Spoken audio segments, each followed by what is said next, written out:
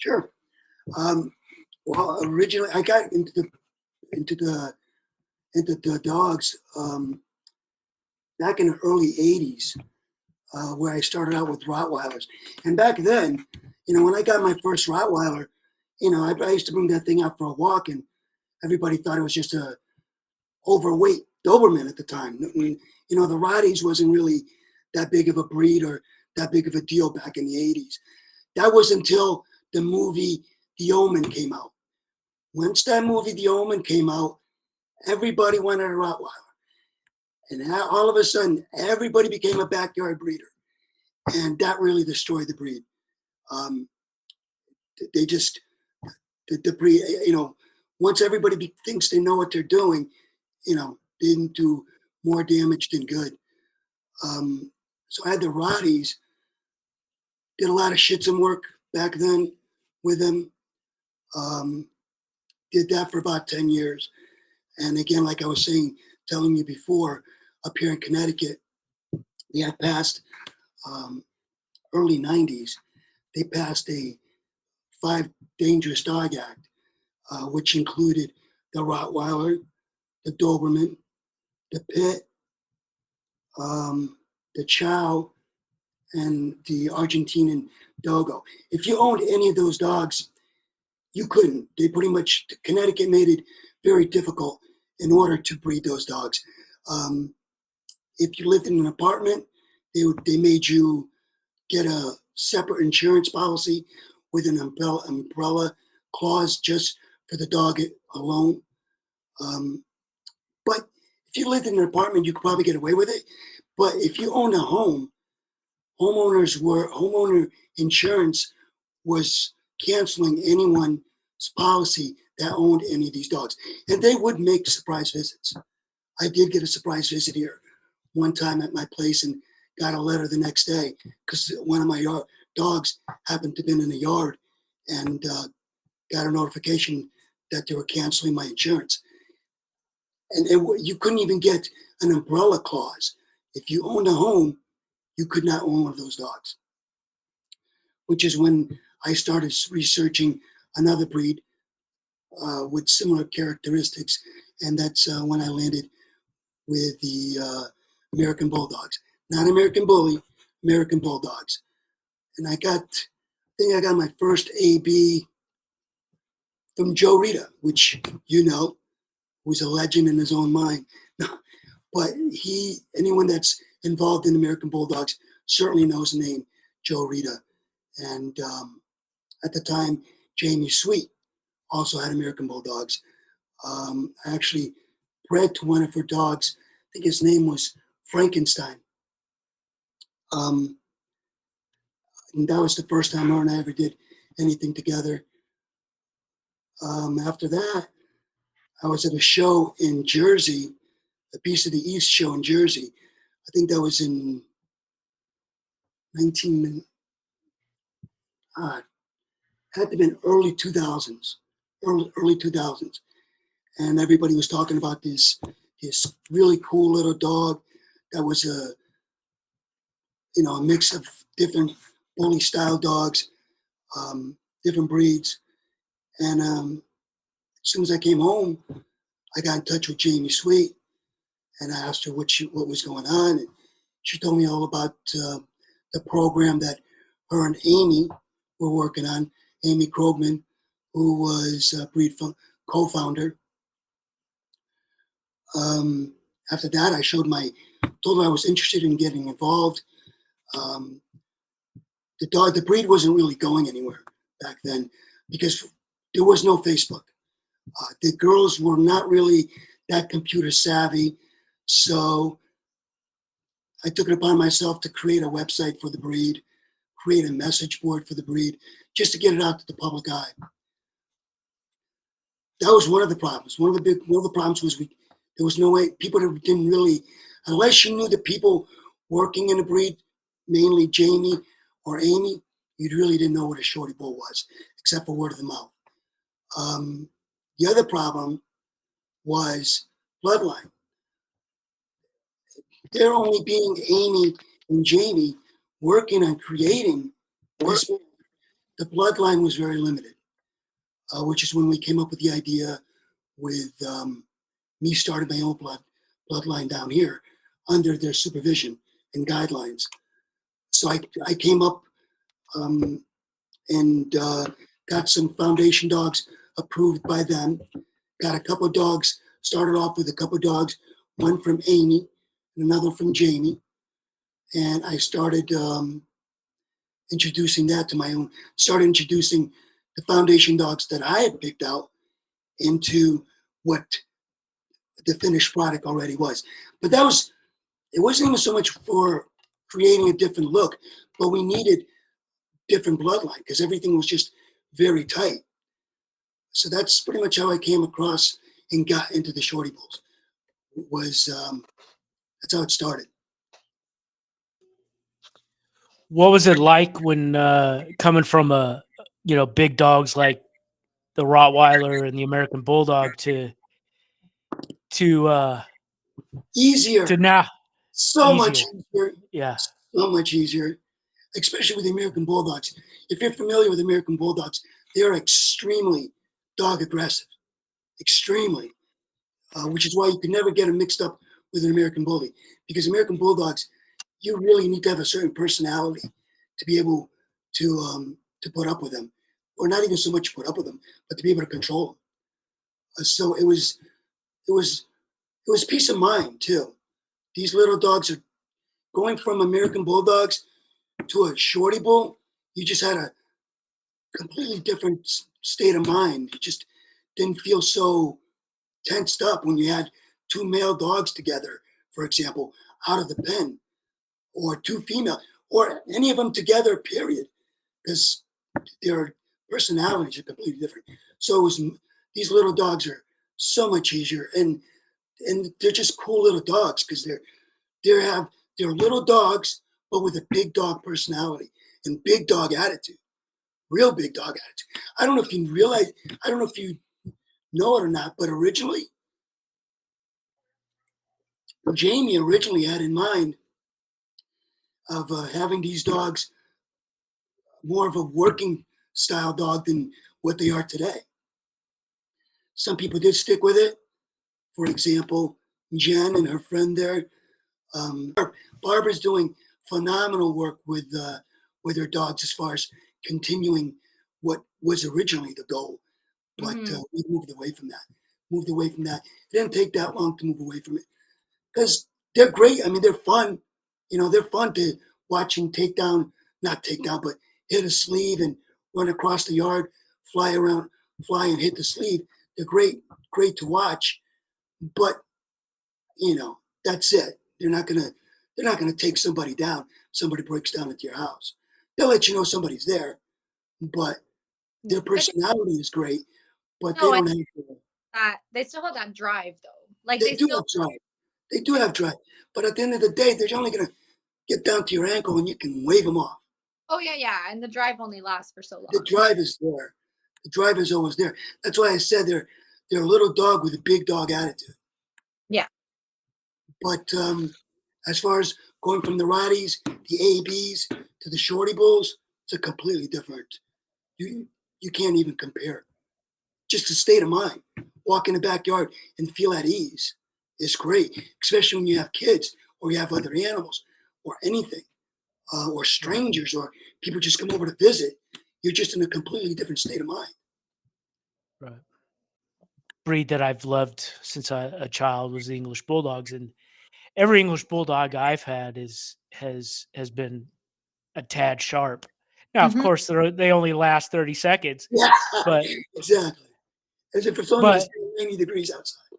yeah, but they've all been like stubborn, mean little fuckers that people don't realize that they have that in them, and I That's I that think bulldog attitude. Yeah, yeah, that bulldog attitude. straightforward. Yep. Yeah. But we can talk a lot about it. I have to say. I feel like it wasn't an issue anymore. And recently I've been hearing a lot of things about how the colored shorty bulls aren't as nice, or shorty bulls were never meant to be colored. Those are Um, only hear those from people that don't have it. I know, and that was my whole point. Is that either you're jealous because you don't have it, but I figured that it would be best to hear it straight from the horse's mouth, which is why I wanted to do this use so badly. But yeah, I think people need to hear some wisdom here. Yeah, well, the whole color thing was quite controversial from right from the beginning. Um, but ironically enough, the color actually, at the end of the day, you need two dogs to be able to throw it. And yes, the first chocolate shorty bull did come from my bloodline, but it wasn't mine alone because it traces back to Jamie's actual a little EB named Sister, Mm-hmm. was Twisted Sister, something like that. Soul But sister. Soul Sister, that's it.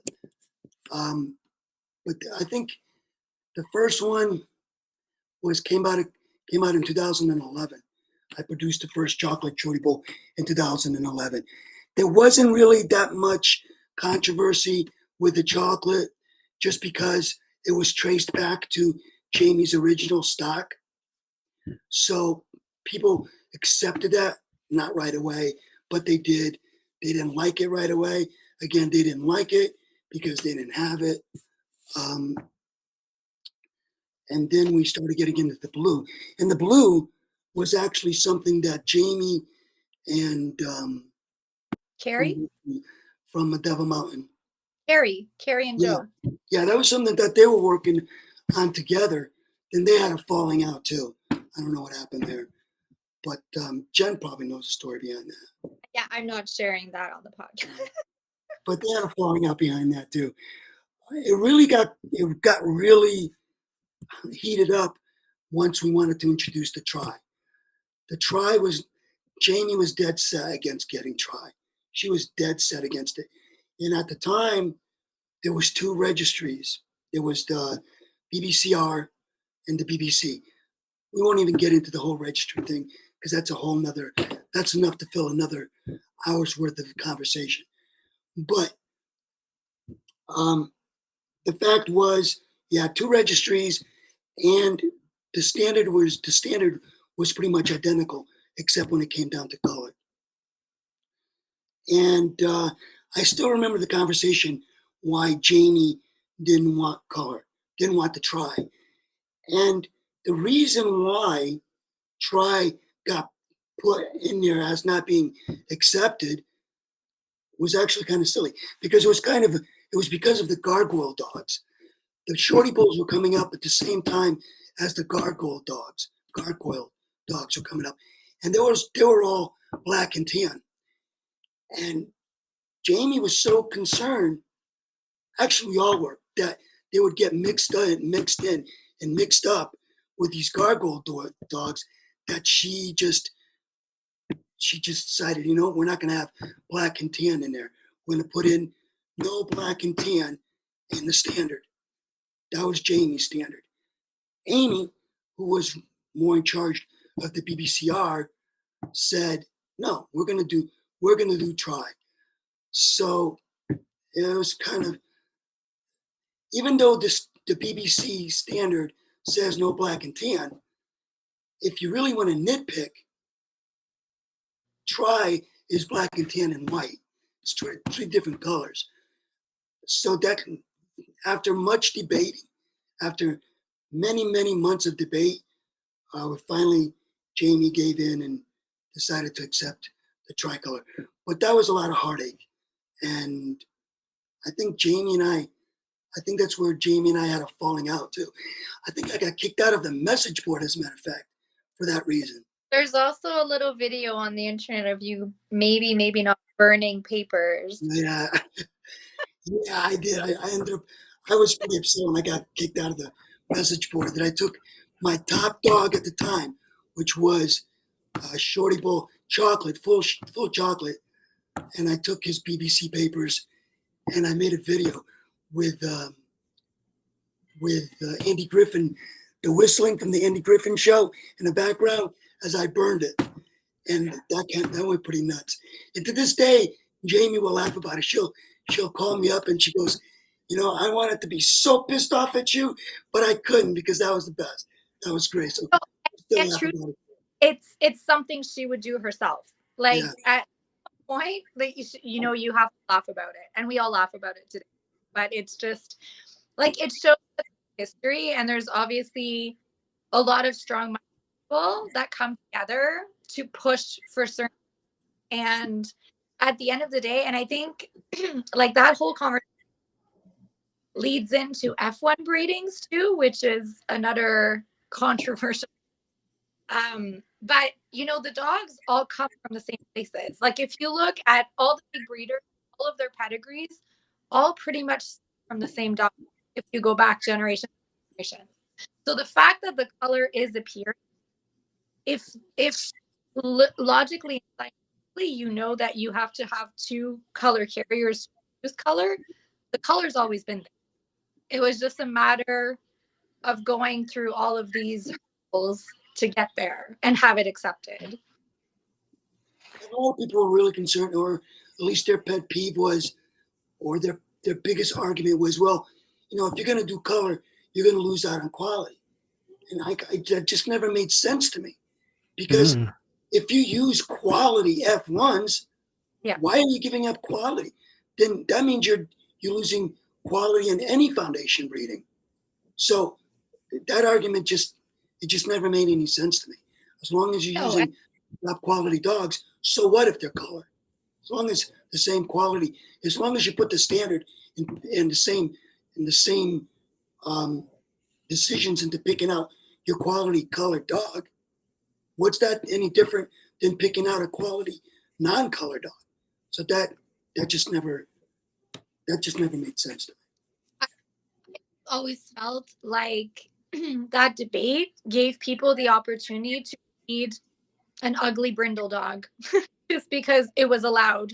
And then you got in trouble for trying to chase color. And then we all became like super money hungry and we only for money. No, we did it because there was demand for it and because we loved it. Like that's really what it. And yeah. And I just, like I said, I just never saw a strong argument not to have it. And you know what? I'm going to tell you something. I truly believe this. I think if we came out with color much earlier on, I think we could have avoided this whole exotic bully to begin with. Because the exotic bully came in because we were not doing color.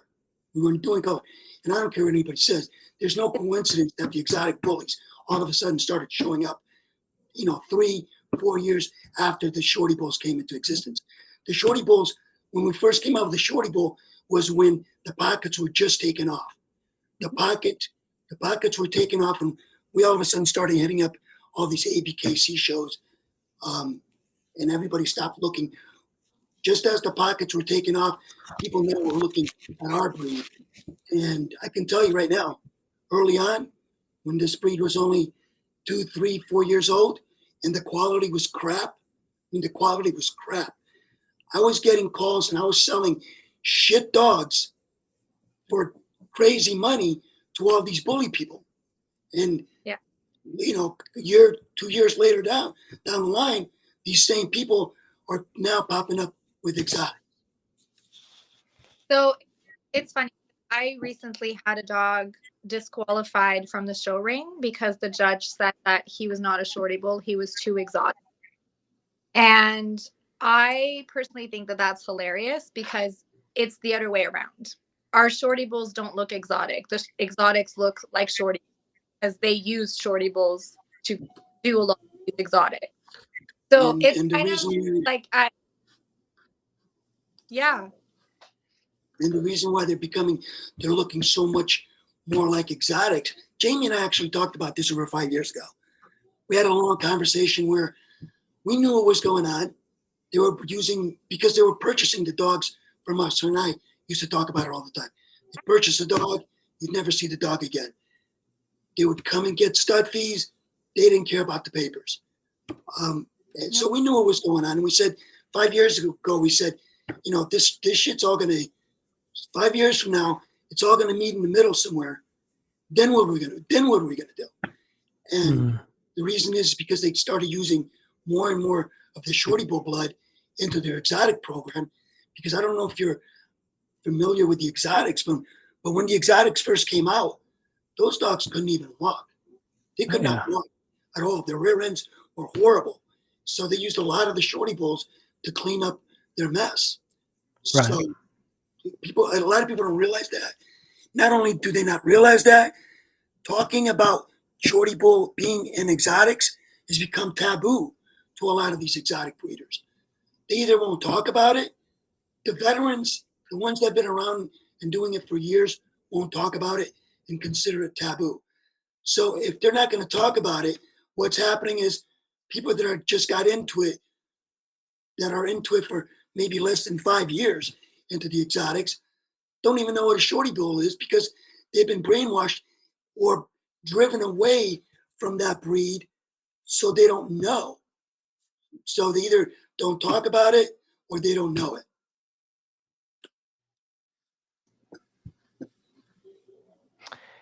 I brought that up in my interview with Jen, the exotics, how I felt like Shorty Bulls were in some regards looking like exotics, and she corrected me and said, "No, it's the opposite." The Yeah. opposite. Shorty Bulls were Yeah. 5 years prior to the exotics. Right. And again, Jamie and I, Jamie and I were selling these dogs to all these, well-known exotic breeders, and they were either, most of them weren't buying it from us directly. They were using a third party, but we knew what was going on. And Jamie and I predicted what was going to happen. And it's exactly what we said. Exactly what's happening now is what we said was going to happen 5 years ago. And what was that? That they're going They're to good meet in the middle somewhere, and that's where Yeah. we are. They're going to meet in the middle, where it's going to be harder and harder to distinguish the two apart.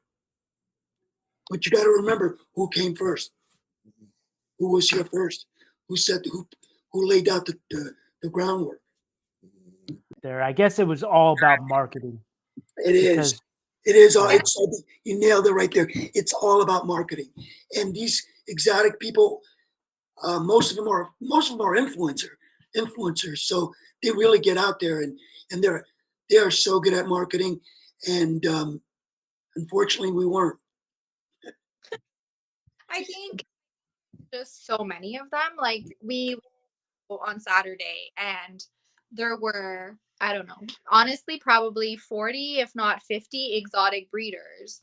And there was a handful of Shorty Bull people. So it just goes to show like the proportions are way off as well. So it's kind of what's shoved in everyone's face are the exotics, the exotics. Don't get me wrong. I love a good exotic. I've always said that. And I think some of them are absolutely gorgeous. Some are train wrecks, but that applies to any breed.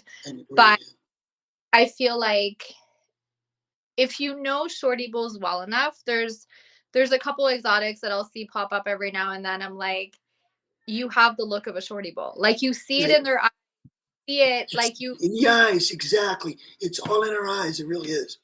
and they won't admit it, which I think is hilarious. And I'm like, whatever, I don't care. Do your thing. Like people come to us for studs too, and they have exotic programs. That's not that's none of my business. But it's just really funny to me. And I do see it like coming to some culmination of at some point, like you said, like the standards are gonna have to get a lot tighter. Or people are just really going to have to stand their ground with Shorty Bulls and be like, no, this is a Shorty Bull. This is what we do. This is what they look like. And I think where the Shorty Bull excels is in terms of like temperament and just overall lifespan, health wise. Like I think that's where the niche is, because they are so much better than other bully breeds in that respect. Jamie and I had some long conversations also on the marketing, and today, when we first started bringing the breed out in the public eye, we started, which I think was a mistake. We started hitting up all these ABKC shows. I mean, we were traveling everywhere, and this was back when the ABKC was huge. I mean, you'd have over 1,000 people attending, and so we started hitting those venues. And I think that was a mistake. I think that was a downfall of the breed, to be quite honest. We started attracting the wrong crowd. I think if we had concentrated on getting this breed into some family oriented folks, some families, and I think there's a big part of it. And I remember having this conversation with Oscar when I had my first litter from Hannah. And I remember telling you, I felt, and you said, no, don't ever go that route. Find good pet homes, good families that are going to stand by you and stand by their dogs. And that was honestly the best advice because in hindsight, from, 10 years down the road, like I very rarely sold dogs to other breeders just because of all of the complications and drama that it brings. I just feel like the pet market is honestly so more solid, and the people are great and they're caring and they're like us, like they're normal, they're normal. so Yeah, yeah, they're normal, keyword, like keyword. as normal as I'll ever be, but like I'm pretty normal and they're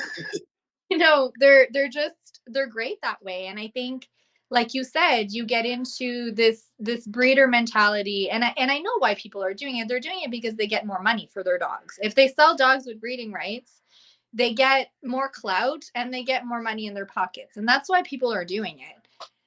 But at the end of the day, I think they've also really shot themselves in the foot, because that's why there are so many bully breeders, so many exotic breeders, so many Frenchie breeders, because everyone feels entitled to breed their dog because they paid a lot of money for it and they have quote unquote breeding rights and paperwork. Whereas I think in the Shorty Bull world, we've sort of been a little bit better at being gatekeepers of it, and we've been a lot more restrictive on what exactly we were selling with breeding rights or who was using our studs, or like I think we've protected the breed. And maybe, I mean, like you said, maybe we shouldn't have, because it would be more popular, but at the same time it kind of balances out because what we have hasn't been totally destroyed yet, I think. Yeah, and the whole thing we're getting back. Just to get back to the whole color thing that I just thought about, and having somebody watch the breed, and so it doesn't get out of hand. Um, I don't know what's going to happen once the guard goes down. Like I know there's been a big push to get Merle into the breed. There's Yeah. been a few people that have tried to sneak Merle through, and um, because we've got some strong people in the breed waiting, willing to fight for the breed, it hasn't come. They haven't been able to get that through. But what's going to happen? Because I don't really see any youngsters stepping up and willing to take the next guard. So what's going to happen when we're gone? Oh no, Jen. Yeah, Jen, you're still young enough. Okay. Youngster anymore, obviously, according to like. Yeah, but what's going to happen? I know people are waiting for certain people to fall out just so Yeah. they can have a free for all. So I I don't know what's going to happen in a couple of I years. I just think, I don't know, like the shorties just have attracted, I think, a lot of the right people. And I mean, don't get me wrong, there's a lot of people that I wish would fall off and they're not. Um Unfortunately. But I feel like it's because it's still a breed that requires work. Like they're easy dogs, they're great family pets, they're great, for everyone, but they're not, like I see bullies who don't even do anything but sit down. Like they're they still require some level of activity and some level of involvement, and I think that just makes it that it's not so much for a lazy person. Like you can't just breed and breed and breed and have a whole bunch of dogs sitting on the couch. Like it does require more work. And I think a lot of people, you know, have a litter and realize that it's a lot of work. And then thankfully they don't repeat the process 800 times. You Well, know, what? Sorry, go ahead. I think the next couple of years, I think a lot of people are going to drop out. A lot of people are Yeah. going to drop off.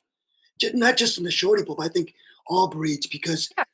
um, it's bad. The market is at a point in time that I've never seen, and people are going to get tired of just coming out of pocket every time. So I think it's going to wean out a lot of people in the next couple of years, and all breeds. And one of the biggest is probably the Frenchie. The French Bulldog's got to be one of the hardest hitting right now. I mean, I have people contacting me all the time wanting to give me a dog.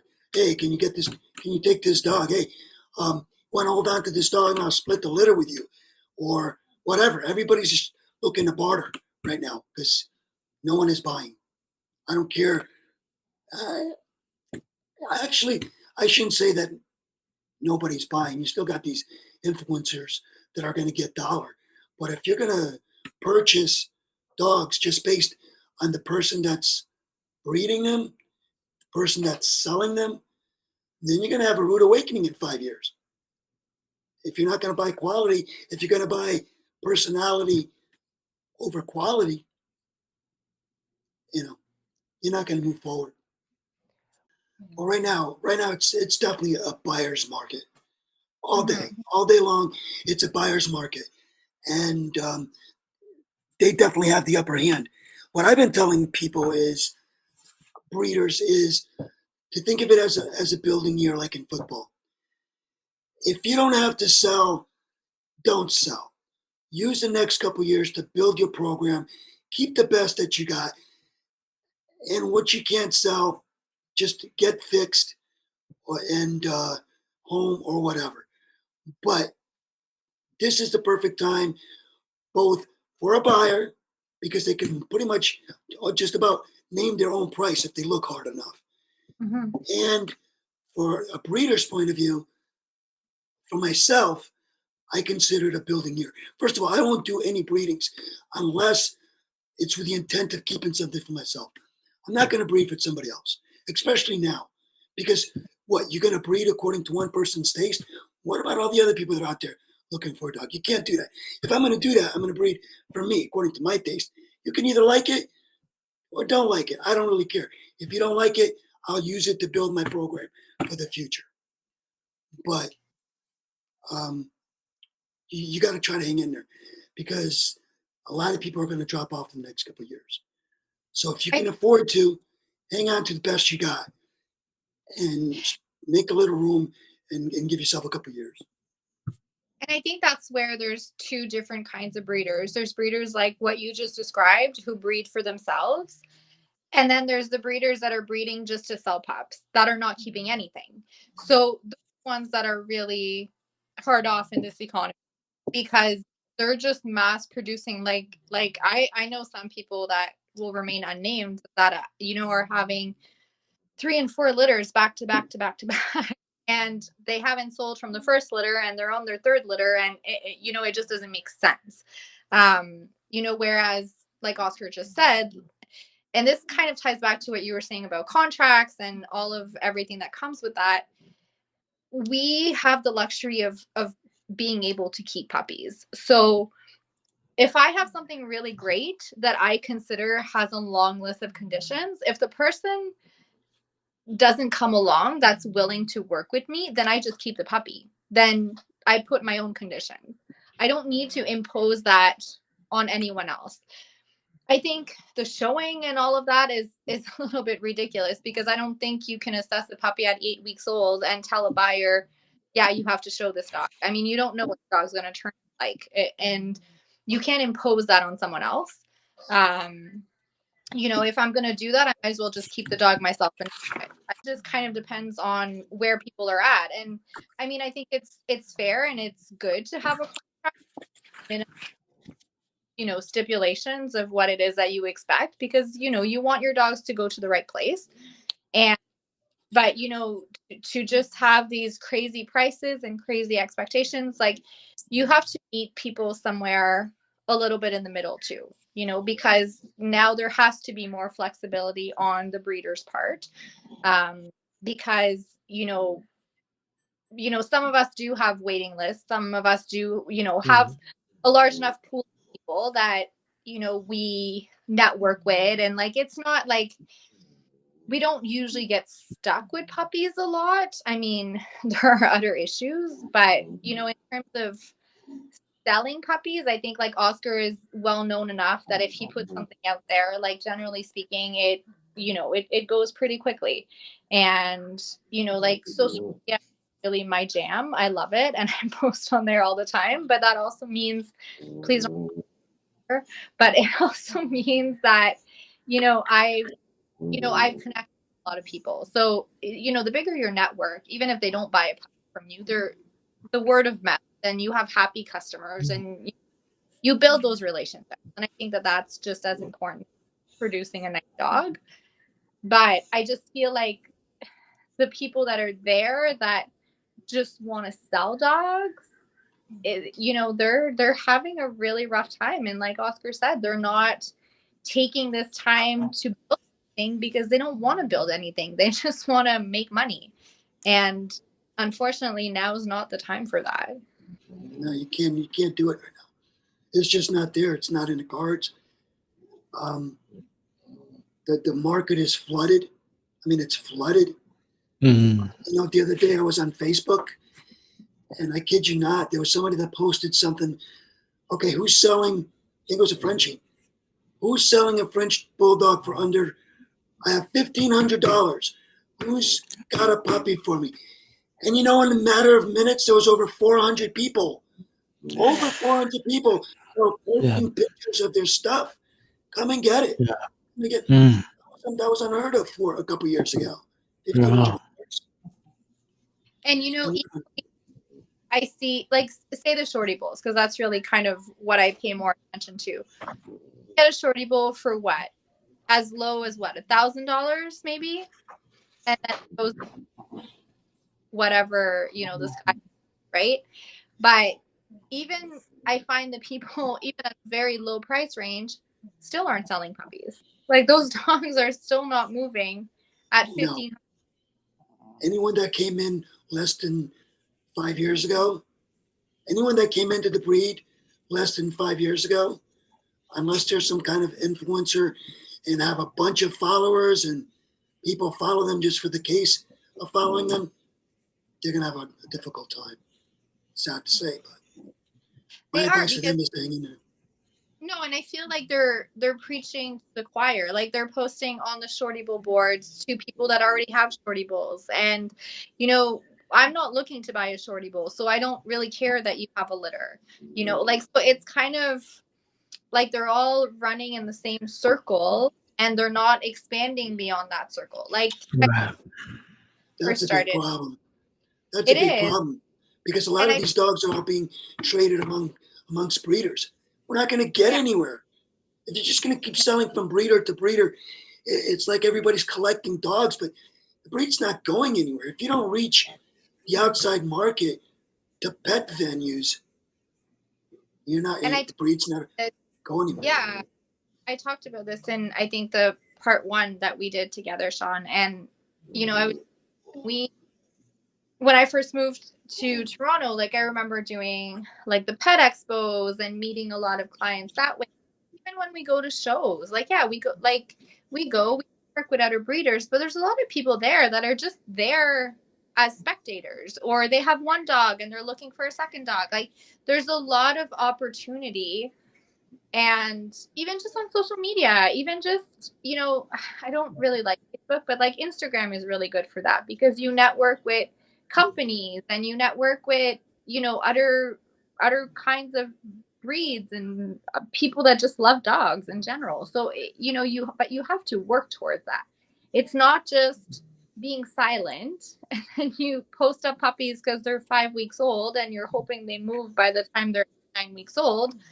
So it's kind of like Oscar said, everyone's buying puppies off of each other and it's all the same people all the time. So at some point that comes to a stop because there's only so many times you can do that.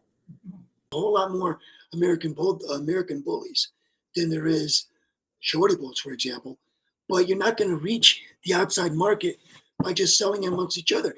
And we are maybe 10% of. Listen, these dogs are not well known at all, except amongst other breeders. As far as the public eye, whenever I bring any of my dogs out in public, take them out to Home Depot or whatever. People are always fascinated by them, but they have no idea what it is. They don't have. Sometimes I'll say, for the heck of it, have you ever heard of an exotic? They don't know what an exotic is either, No.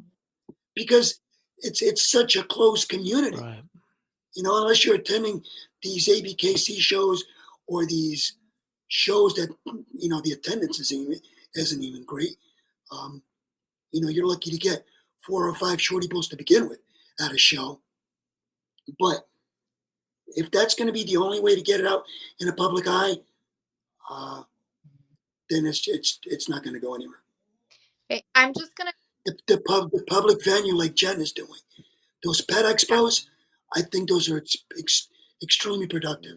I think if people put more heart and soul into attending pet expos over these bully expos, Right.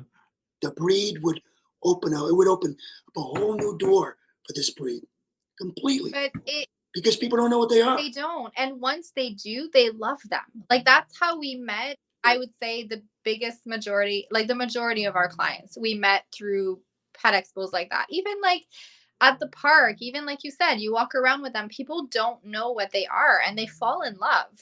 But, and I've always tried to explain this to people, like, if you don't know what a shorty bull is, you're not going to Google it because you don't even know that it exists. So it's not like you're looking up a local breeder because you don't even know that it's a thing. You have to see it to learn about it, but it takes a lot of effort and most people are not willing to put in that effort. And like you said, I mean, we go to shows, it's always just us and Barb. We always over and over and over. We show against each other and no one else shows up. So, at some point, like, we realize, but we're all that are known. So I mean, I don't mind to do it, doing it, but it just goes to show that works. Like, we go to a show and I know, like, followers online are not the end all be all, but you go somewhere and the next day you have 100 more followers. Those are 100 people that didn't know you existed. And that's better than nothing because, then it grows and it grows from there. And, I'm not overly concerned about puppies because we don't have big litters either. Like, if I was having litters of 8, 9 puppies, then I might be a little more stressed out. But, if we have 2 or 3 people that are looking for a puppy, that's probably going to be your whole entire litter if you keep a pup yourself. Yeah. So it's, those are good numbers. If you got 3 or 4 people looking, and that's good numbers actually right now. I've had a lot of people contact me because they saw one of our dogs with one of our previous clients, like, on the street. And they're like, oh, that's a cool dog. And people, gave them our name and they contacted us. So, I mean, that's also something that's pretty common. But again, it kind of, I think part of it is just being at the right place at the right time also. But you have to be available for people. Like, I mean, Oscar knows, like, we talk about this all the time. Like, people message you constantly, all the time, all day long, every day. And you have to respond to them. You have to kind of keep, that business side of it going.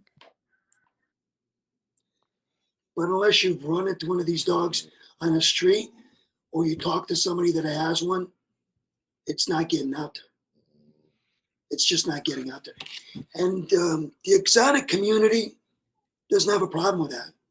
I think they're fine with it, keeping the breed just amongst themselves. I think the reason too is because to be honest, I don't really think these exotics make your ideal family dog. I mean, if the dog can't go for a walk around the neighborhood, you can't run with your kids, if you can't take it to the park, it's not a family dog. So I can see why the exotics would remain so tight in the community that it's in, and not really expand. I Well, think that's yeah. You know, Mhm. you know what ruined us? You know, I told somebody, I was talking to somebody the other day, and how some of, not all exotics, I keep saying exotics are a mess. No, not all exotics are a mess. They've certainly come a long way from when they first came out. For crying out loud, the first 5 years, they couldn't even walk. Hmm. So, um, but I think what's ruining the exotics, my opinion, is all these table stacks, these stack offs.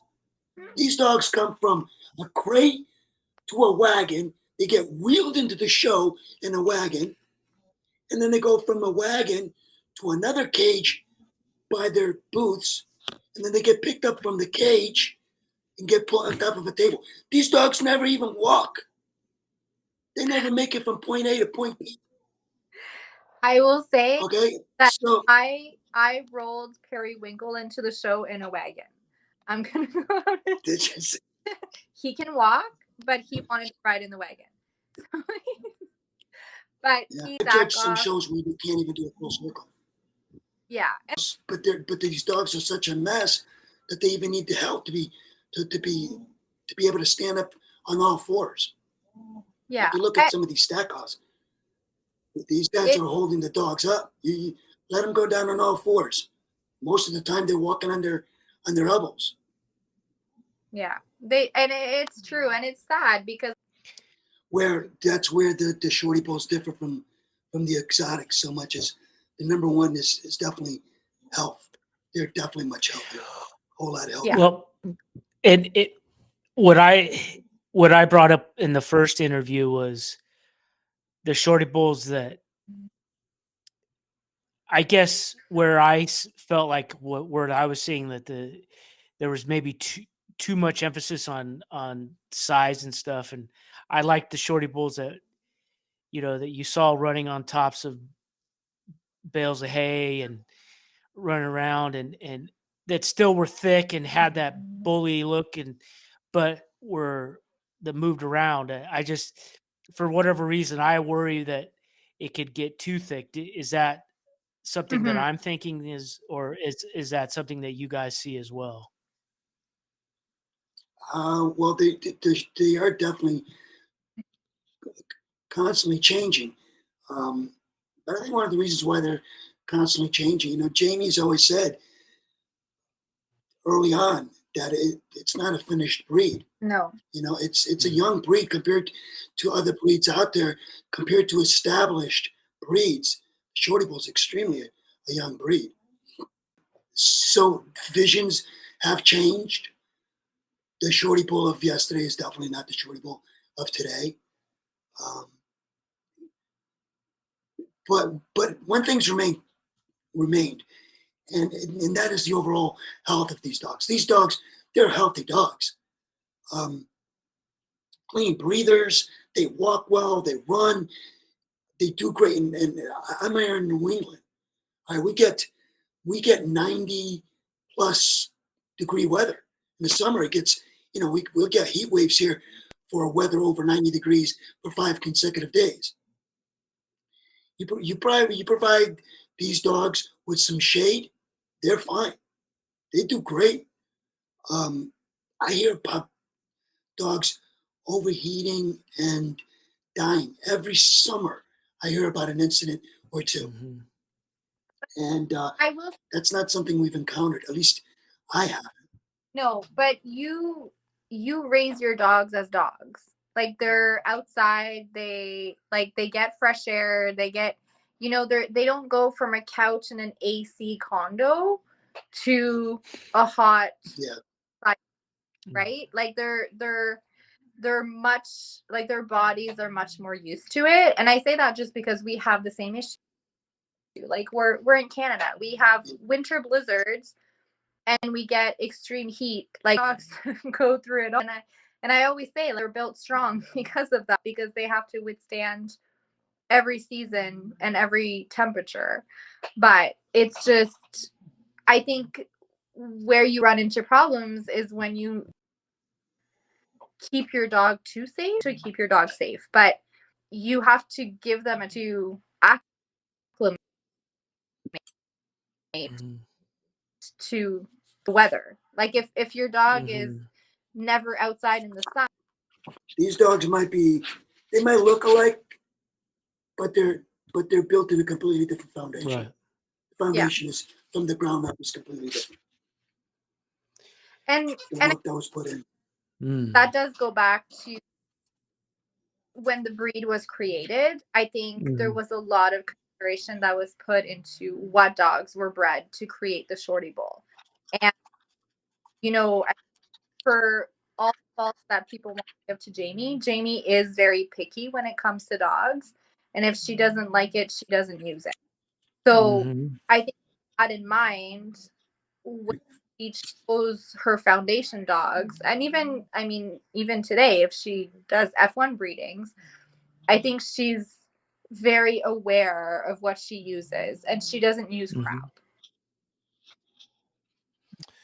So talk about the process of doing F1 crosses, and when does that become appropriate for your guys' programs? Foundation breedings, and there was Jamie actually put something up, and I didn't get a post the other day, and Yeah. foundation breedings have always been done, and I think this is a problem because foundation breedings have always been done to exaggerate a certain quality, whether it be adding more bone or bigger head or whatever the case may be. It's always been to add something, and I think we need to start thinking more about cleaning things up rather than adding more to the problem. That you need to keep it clean, which is a big difference between exotics and shorty bulls. They're always looking to add more, more, and more, more on top of more. Over exaggerate everything, from the bone to the head to everything. And what do you get? You get and they're not thinking about the, the important things like the way they walk, the way their feet are set, the way their eyes are set, the way the short of their backs or the way that their backs are. I think if you're going to do foundation breedings, I don't think there's anything wrong with, especially if you're losing a certain quality, which you will. I mean, look, we learned that with the American Bulldogs. American Bulldogs, you had different strands. You had the bully type, you had the classic type, you had the standard type, you had the Heinz, you had the Scott. There was a bunch of different style bulldogs. And when it came to the bully, and I don't know if you talked to Joe Rita about this, but when it came to the bully style ABs, you had to constantly put in foundation to bully them up because you keep breeding straight American Bulldogs, you're going to get with, you're going to end at the end of 5 generations, you're going to end up with, all you're going to have are some pit bull looking dogs.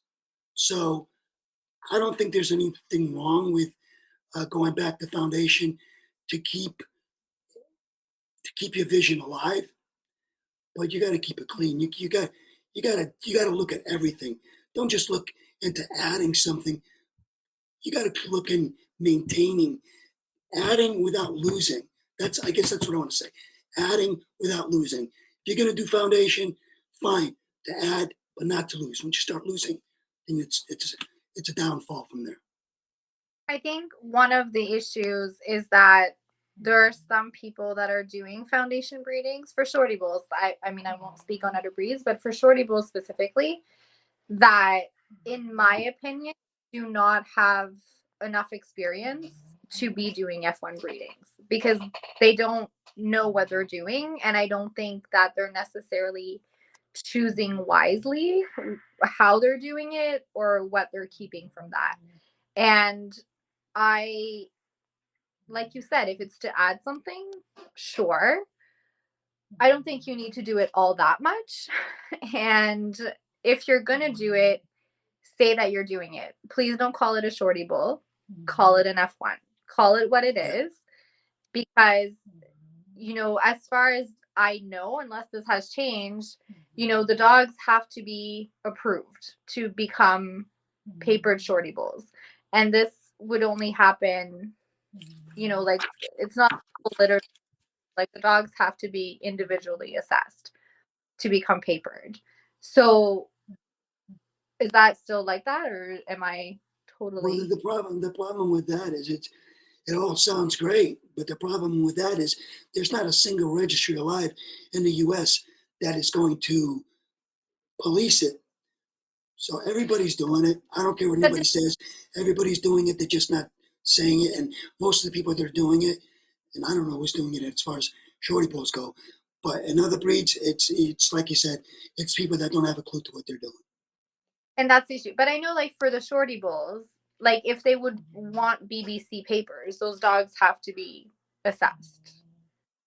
They wouldn't just automatically, like Right. when we register a litter. It's a different process when you do an F1 breeding. But so my issue with that is I see people posting litters that they're advertising as shorty bulls, and I know from through the grapevine that those are Right. actually, and I don't think that that's fair, because that's not an actual representation of what someone is buying. No, but that's a whole other issue because people are doing it. They've been doing it for years. They're going to continue doing it unless you get a registry like I was telling you before, the ADRK, where you actually have outside people that come in and witness what goes on, and that's never going to happen here. So people are going to constantly do it and just not say it. That's it's just happening. It's happening everywhere. It's happening with every breed, whether you talk about it or not. It's going on.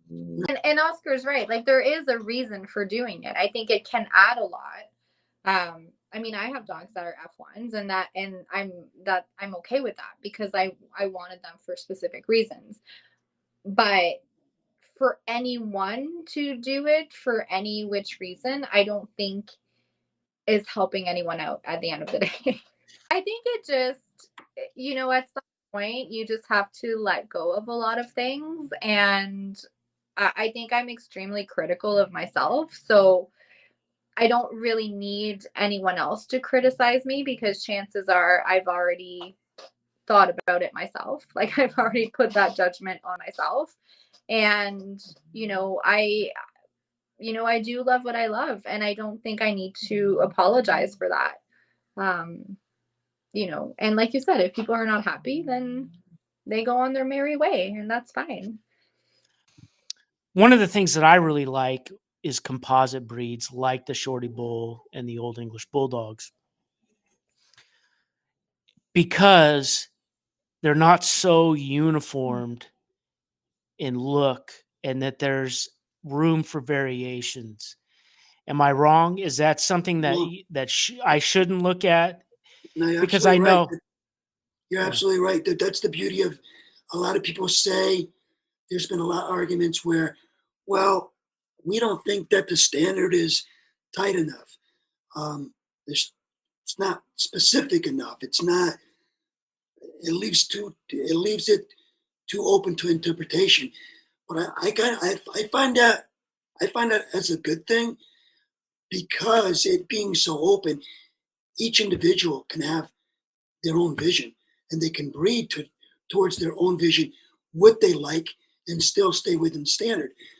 So even though you're not exactly breeding like everybody else's and your dogs don't look exactly like everybody else's, they kind of have your own personal stamp on it. And people are either going to be attracted to it or they'll be attracted to someone else's vision. But I find that I see that as a positive rather than a negative. And at least we have a standard. At least we have a standard. Okay, you think these exotics and again, I'm not. It feels like I keep going against the exotics, and I don't mean to. But these exotics and mini bulls and hybrids that are now coming up, they haven't even stopped to take the time to write a standard. So what the hell are they following? I don't get it. I don't understand it. So to complain about our standard being too open when these other breeds, similar breeds, are out there and they don't even have a standard. Why are you complaining about the minimum that we have or what our standard is? So having I an think being open-minded and having the standard set the way it is, yeah, it could probably be tighter. But if it was so specific, like the Rottweiler, they're all got to be black and tan, black and tan. That is going to limit you as far as vision and what you want to do and what you see for the future of the breed. You can't do that with these other dogs that have such a tight standard. So I like the fact that our standard isn't so tight that you can't work around it to your vision. I think, to be fair, a lot of people who breed shorty bulls haven't really read the standard. So, Yeah, I that's mean, what I whether it's think. right or not, kind of irrelevant.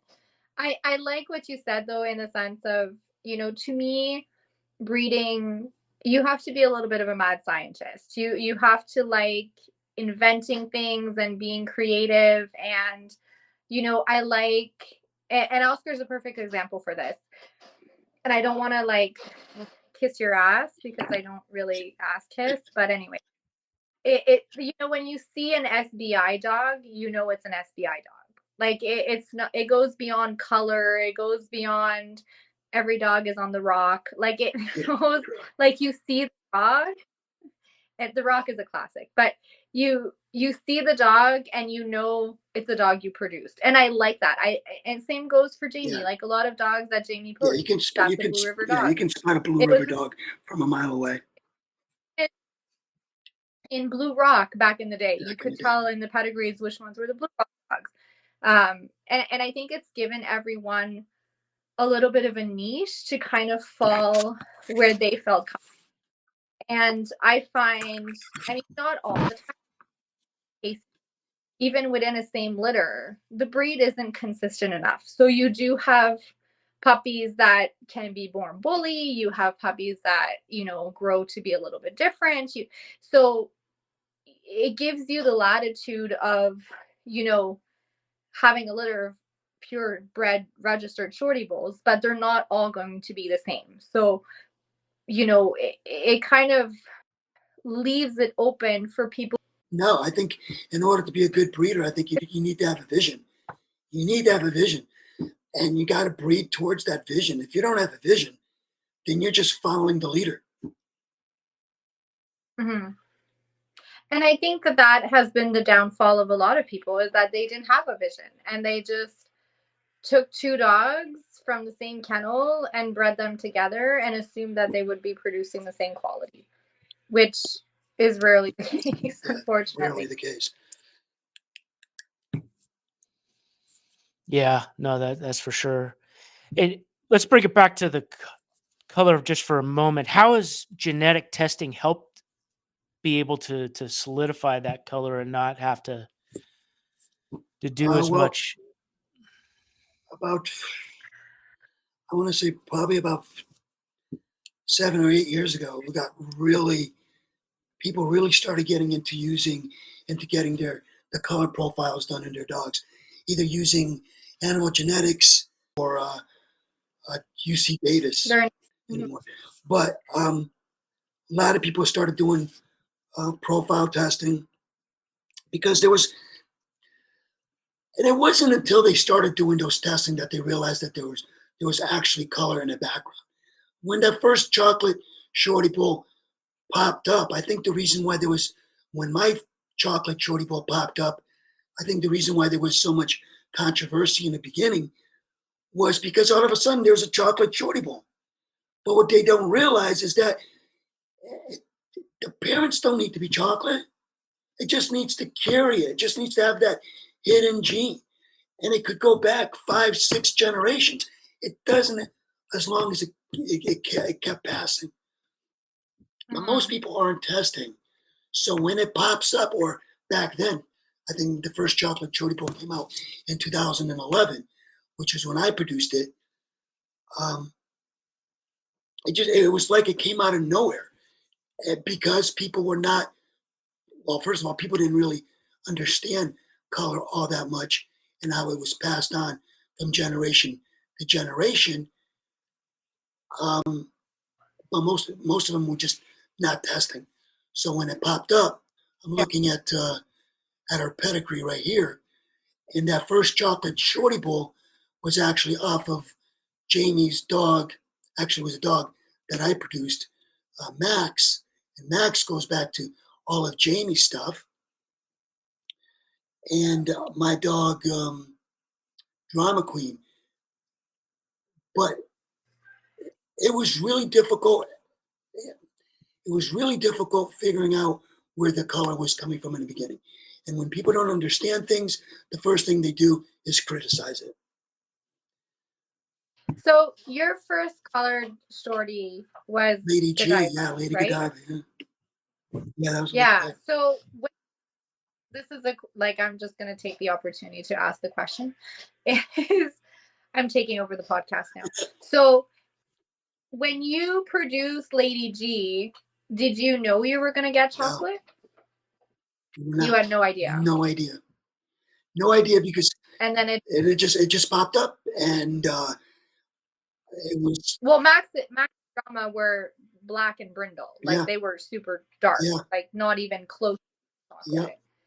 yeah. So They were black and brindle, yeah, which goes back to Drama Queen, and then it goes back to my first shorty bowl, which was Obi, and I actually got yeah, rid of him before I was able to run a color DNA on him. So that was kind of hard too, because I wasn't able to yeah. completely pin it back to where it originally came from. But that was from my side of the lines. Jamie's side, it went back to Max, which then went back to Widow, which went back to Hef, and then Widow, which goes back to Soul Sister, which was a complete chocolate shorty bowl. English foundation English. Yeah, it was an EB. Yeah, but and that's where those 3 generations back, and nobody was looking 3 generations back. They were looking at the mother and the father. Hey, why is this dog chocolate? Having no idea that it could be carried on from generation to generation, even though it's not visual. It just needs to be a carrier. And you put 2 carriers together, and you're going to get it. And to add on to that, if I think of just the litters that I've had, aside from one litter, every single colored dog that I have does not come from colored parents. Mm-mm. So it's the luck of the draw. And I think that's a part that I really enjoy about shorty bowls is that you never truly know what you're going to get. Like, it's fun to see puppies, and it's like, a mixed box of chocolates. Like, they're not chocolate the color, but like they're all different. Like, you can get chocolate, you can get blue, brindle, cream, red. Like it's just the options are endless. And I think that's one of the appeals to the breed in terms of selling puppies too, because there's a little bit of something for everyone, no matter what they're looking for. As opposed to like an EB, that as an example, Sean, they're pretty much all standing the same. Talk about the temperament, because this is a composite breed. You've got 3 breeds in it and different percentages of all those Not 3 originally. breeds. We had more than 3 breeds originally. Okay. There was a dog in that nobody gives any credit to. That goes back to an American Bulldog breeder named Vito Alabo. Vito Lou. I've Vito, interviewed him. Yeah, he's a good dude. Yes, Jamie got a dog named. It wasn't Panda. Was it Panda? It was Panda. Panda. Yes, she got that dog from Vito. Vito was doing his own little mixing and matching back in the day, and she grabbed that dog because it was the smallest thing that he had. It was the smallest dog. It was like a Staffy English American mix or something like that, right? Yes. Yeah. And so that dog actually goes back. I know it goes back to some of my dogs still in my yard. I can trace That's it awesome. back to that. And so yeah, there's stuff in there that people didn't realize, but most of them of today, they can't be traced back to that dog. Right. But there are shorty bulls out there that definitely have an ingredient that no other shorty bulls of today have, or at least Right. can't be traced back to some of the original stuff. Mm-hmm. There was, I think it, that sorry, no, go ahead. go. My throat hurts Mhm. anyway. Go. I w- you're the one that said like I had to talk. I know when I've been through, talking. and I know. Sorry. But no, I was just gonna say, like, to answer your question in terms of temperament, to me that's the most important to me personally, because of the way that my life is built, because I have kids, because, like, to me that's the one non-negotiable. They have to have sound temperament, and I don't tolerate any kind of human aggression. Mm-hmm. And I've luckily never had it, but it's always been like that's my threshold. I can manage fiery dogs, I can drivey dogs. I can't manage aggressive dogs. I don't It's not that I can, I don't want to. Mm-hmm. That's just where my line is drawn. But I think in terms of temperament, they're much more consistent now Okay. than I think they were maybe, even just 8 years ago. Uh, some are more active, some are more laid back, but I mean, beyond that, like, in terms of how they adapt to situations, how, they're very social dogs, and they're very confident Mm-hmm. dogs. And that's something that I think is really important to encourage, like, when they're puppies, to help build that confidence, because I feel like that eliminates a lot of behavioral problems long term. But it's really interesting, when you look at a Frenchie, for example, to see like little Frenchie traits come out. Like, the little snuggly up in your space, you can't go to the bathroom by Mm-hmm. yourself. Like, that's a Frenchie. That's, you see it come through in their temperaments. And then, like you said earlier, you touched on like the stubbornness of the AB. You see that in shorty bulls too. Like, there's some of those traits that have transcended the generations of, and I think that that's why they've made them such a popular breed. Like, once you have one, and this is something that anyone with a shorty bull says, once you have one, you never have just one. You always always get a Mhm. second one, if not more. And that's how we all ended up in this mess of having way too many dogs. But they're just, it's I think it's the melting pot of all of those really cool traits that have made them so unique. Breeding shorty bulls, I tell people all the time, it's not a hobby. It's more of like an addiction. I call it an Yeah. addiction. And like my wife tells me all the time, as long as you can make enough to support your addiction, I'm fine with it. So Right. I think it's a type of addiction. Yeah. Yeah.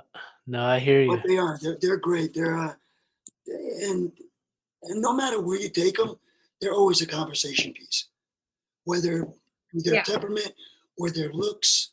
Like I said, I'll take my dogs to anywhere. Anytime I take it anywhere public, it's always a crowd stopper. Never fails.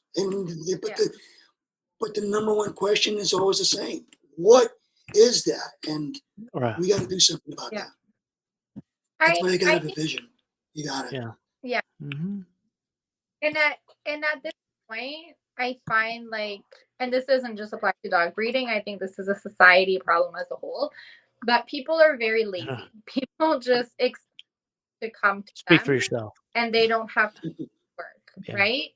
Well, I'm not lazy. me. I mean, Yeah.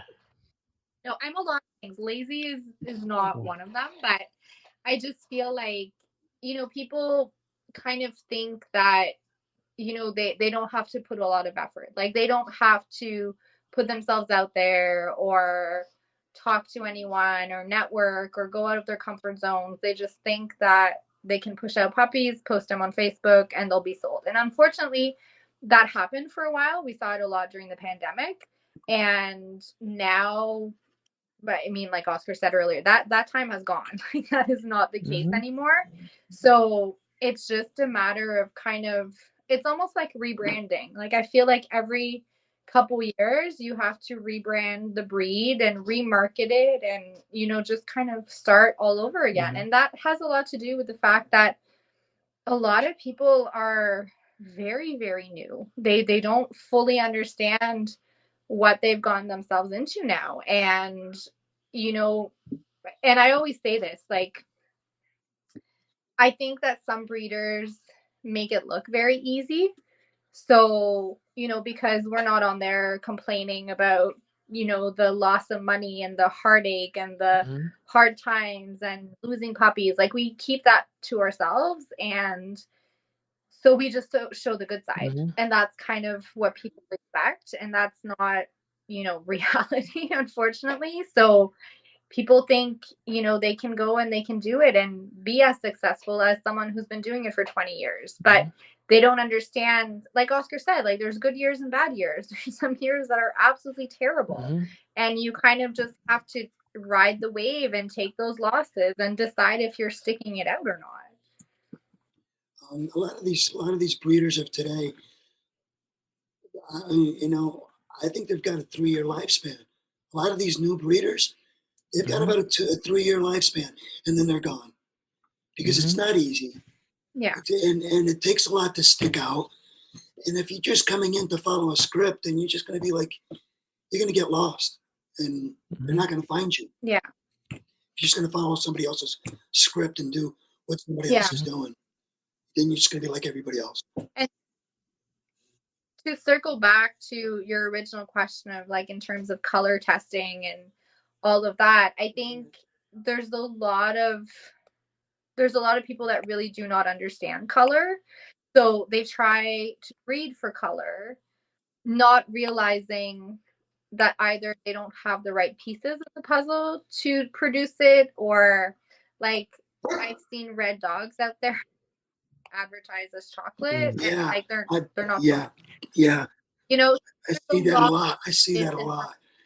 I see that a lot. I get people sending me pictures all the time. What color do you call this? It's a red brindle. Oh, it's not chocolate brindle. No, it's a red brindle. Look at That's the real nose. brindle. Look at the Or it nose. has, The nose is the Mm. key. I was gonna say, it has a black nose. It can't be chocolate. Mm. It's scientifically possible. And if you're Right. unsure, But so get it I think tested.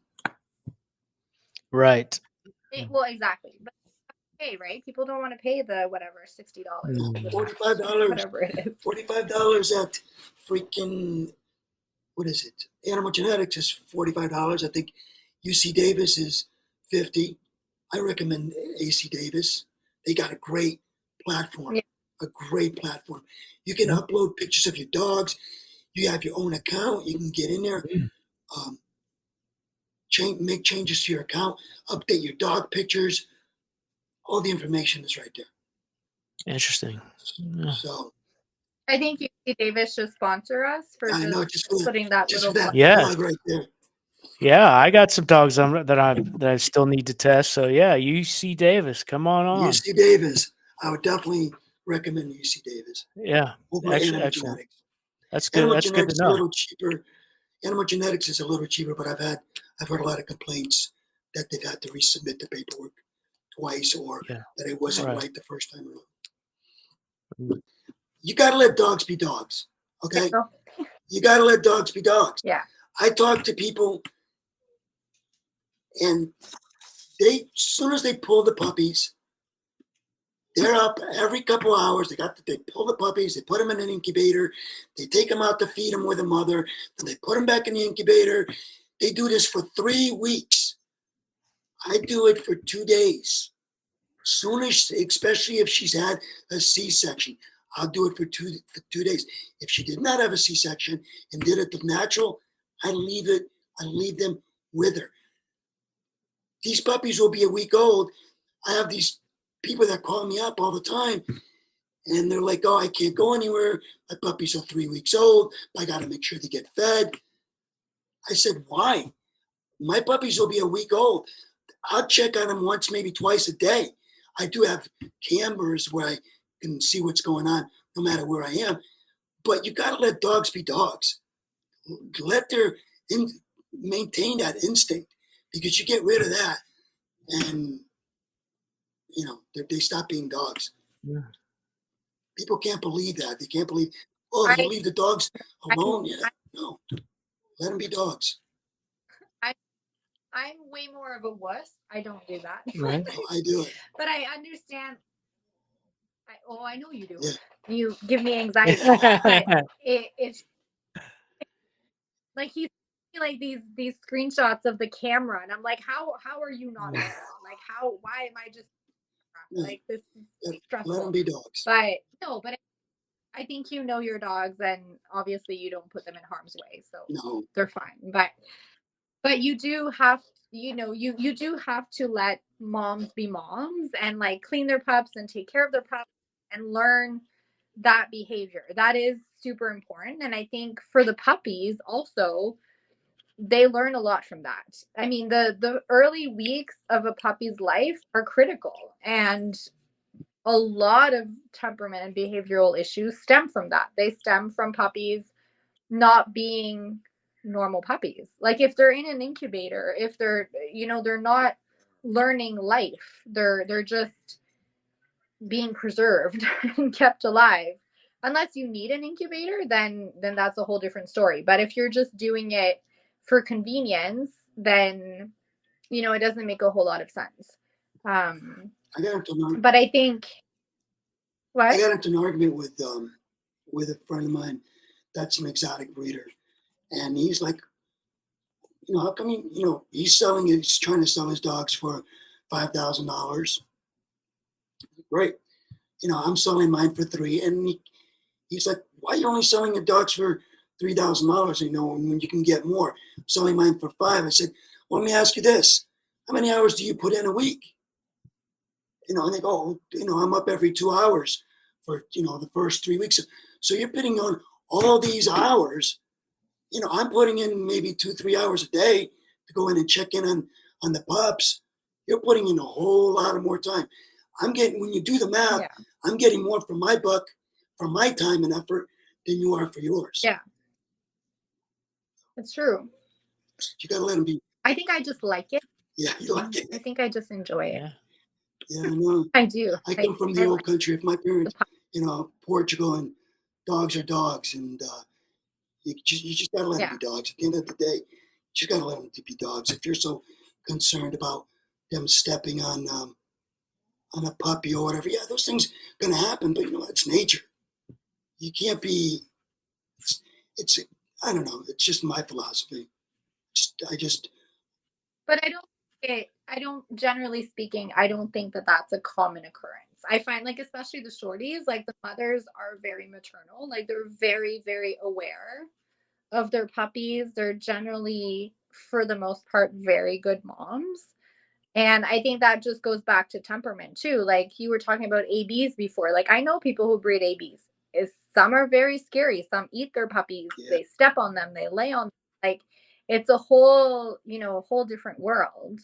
But the shorty bulls, for that, I think, because they are more sound, because I find they're very sensitive dogs. So, their space and their puppies just becomes their whole life. Like they just, all of a sudden there's a switch that goes off, and they're a mom now, and they do, for the most part, do an amazing job.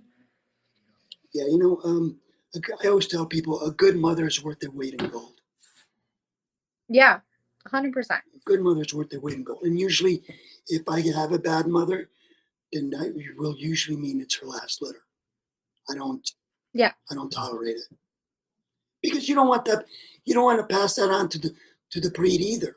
You keep taking their natural instincts away, and what are you going to have?